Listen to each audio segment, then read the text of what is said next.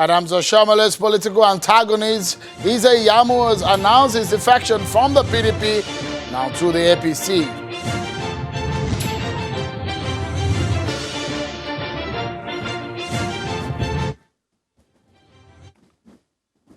And Kano State High Court has nullified the appointment and creation of 4 additional emirates in the state, but the Kano State government says it still recognizes the new emirs as first-class monarchs in their respective kingdoms.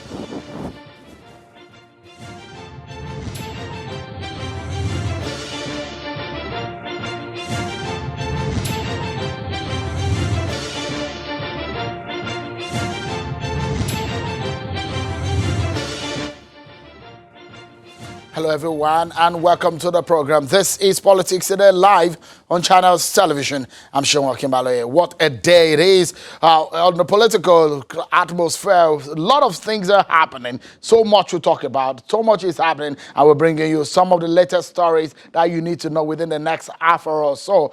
Let's begin with the traditional religious leadership issues in Kano State. Well, the Kano State High Court has nullified the appointment and creation of 4 additional emirates in the state.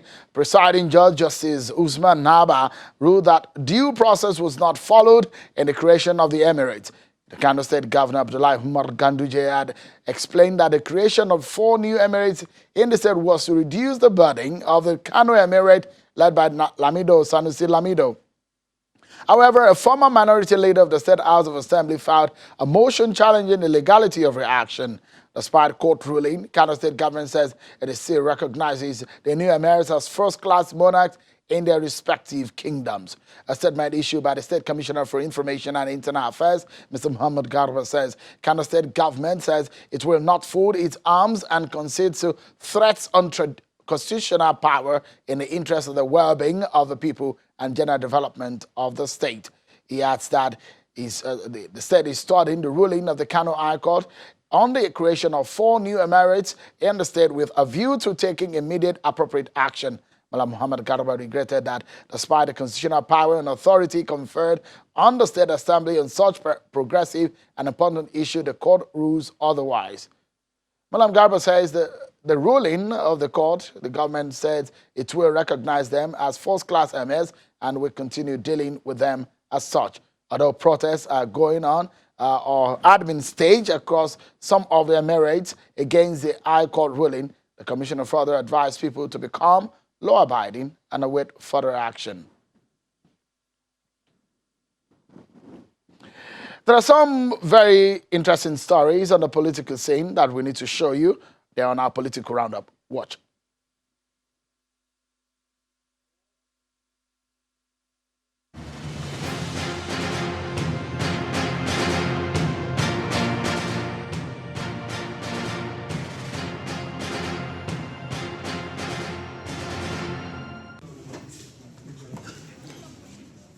The ill health of the chairman of the defunct Pension Reform Task Team, Abdul Rashid Maina, took center stage yesterday in Abuja when he was said to be bleeding in an undisclosed part of his body. His trial in money laundering involving about 2 billion naira at the Federal High Court was abruptly put off by the trial judge, Justice Okon Abang, to enable him take medication and access medical personnel. At the proceedings, Maina's counsel, Mr. Francis Oronsaye, quickly drew the attention of the judge to the deteriorating health of his client. The counsel then told the judge that Maina, who was supported to the court by the prison officials and family members, could not stand trial because of his pathetic health status. The People's Democratic Party is calling for the cancellation of the November the 16th governorship polls in Kogi and Bayelsa states. The national chairman of the party, Mr. Uche Secondus, insists that the elections were marred by violence which led to deaths in both states. He added that the party has video evidence of more practices during the conduct of the election. He therefore appeals to the judiciary to do justice to their petitions. The PDP, standing with millions of Nigerians, also holds that the INEC and the Police High Command must be made to answer charges of electoral fraud and crime against humanity at the appropriate quarters. The Independent National Electoral Commission, INEC, has presented a certificate of return to Governor Yahaya Bello for winning the November the 16th governorship poll conducted by the commission. Presenting the certificate of return to the governor and his deputy, Chief Edward Onoja, the National Commission of INEC in charge of Kogi, Kwara and Nasarawa State, Mala Mohammed Haruna, said the election is over and there is need for the people of the state to chart a new course for a new beginning in the interest of the state. President Muhammadu Buhari has congratulated the governor of Kogi State, Yahya Bello, on his re-election. The governor today was invited by the president to the villa, and after the meeting, the APC National Chairman Adams Oshemele says Bello's victory has broken the ethnic political tendencies in the state. You will agree that the victory of Governor Yahya Bello in Kogi State represents many things for those who truly believe that Nigeria democracy should move away from settlement to dealing with people for who they are, rather where they come from.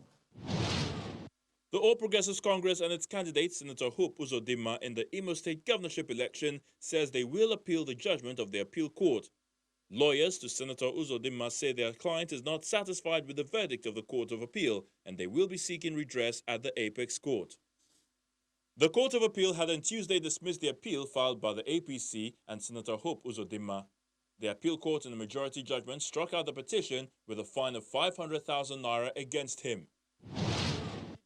The House of Representatives has directed its Committee on Petroleum Downstream to investigate an over $396 million allegedly spent in 4 years on turnaround maintenance of the nation's 3 refineries.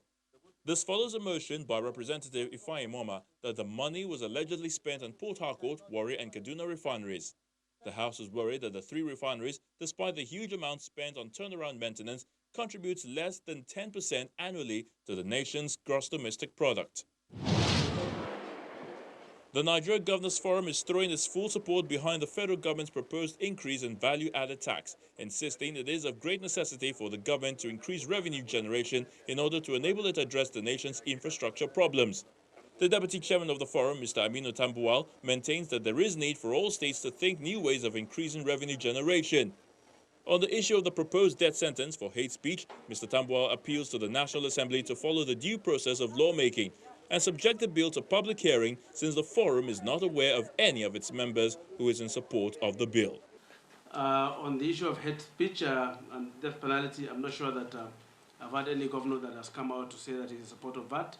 And I believe that the National Assembly should hold public hearing on that bill, and the due process of legislation should be followed so that the views of Nigerians, not only the governors, should be well captured on that bill.